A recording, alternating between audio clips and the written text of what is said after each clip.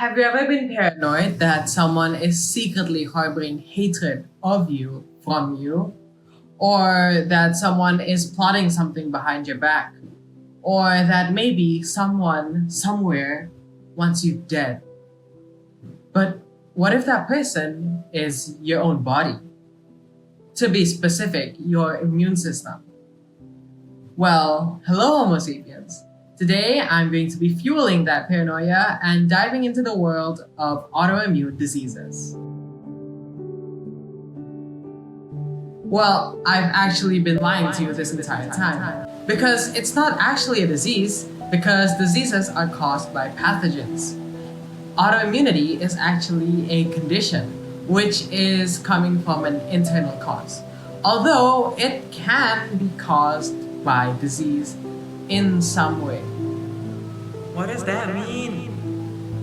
We'll get to that later, but for now, what actually is it? An autoimmune condition happens when one's own immune system considers its own body an enemy.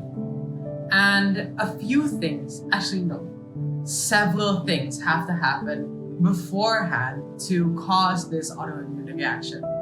So here's a full breakdown on the prerequisites for an autoimmune reaction. There's this one cell in your body that your immune system produces, and it is called the T cell. The function of the T cell is to detect one specific protein.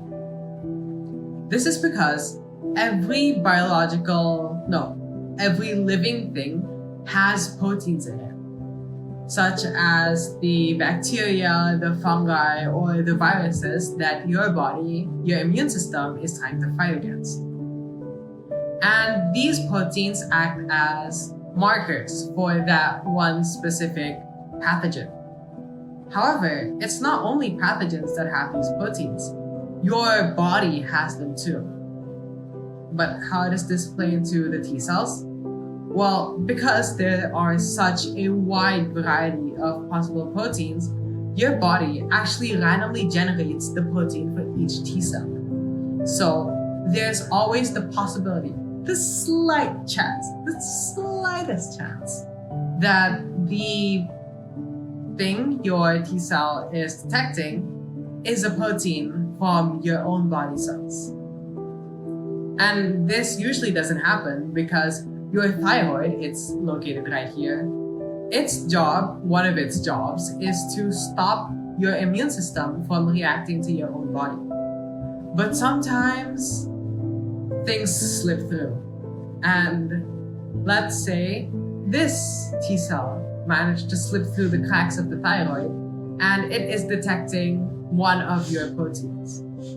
Well, now that T cell is somewhere in your lymph system. Yay! Now, whenever your body is fighting an infection, some of your cells may get caught up and destroyed by your macrophages, and it's collateral damage. But these macrophages, what they do is they take parts from the battlefield and bring it to T cells for them to detect and say, hey, I know this enemy. Oh, I know that one. And if your macrophages bring one of your cell parts and that rogue T cell detects that cell part as an enemy, well, now you've got a big problem on your hands. Now, when this happens, there's really nothing you can do to stop it. Your T cell will activate and begin cloning itself hundreds, thousands of times. Some of these clones will become memory T cells, which are sort of reminders to the body that, hey, this specific protein, your cells, are an enemy. So if you see it, attack. Some other T cells will immediately go out into the battlefield. And once they get there, they see nothing but enemies.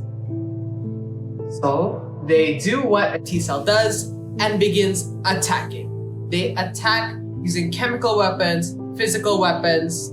They just... And if you've ever gotten sick, you'll know what happens when your immune system reacts with something. You get a fever, you start feeling tired, there's inflammation all across your body. And since your entire body is an enemy, that effect just won't stop. You will have to live with it for the rest of your life. And it's either your T cells give up first or your body does. And autoimmune disorders, they just don't go away. Remember those memory T cells I mentioned earlier? Well, those things stay in your body and constantly remind it that and depending on what specific protein that T cell targeted, your body would experience different effects. Some examples of autoimmune disorders are multiple sclerosis, type 1 diabetes, lupus, and rheumatoid arthritis. And so far, we've not developed a cure for autoimmune disease. The best we can do with our current medicine is give immunosuppressant drugs. What these drugs do is, it's in the name. They suppress your immune response. But as a result, your body would be significantly weaker to other pathogens. So it's really a trade-off. You get to live on one hand, but on the other hand, you're significantly debuffed for the rest of your life. So, moral of the story is, don't let rogue T cells that think you're an enemy roam your body. Okay, good luck, have fun!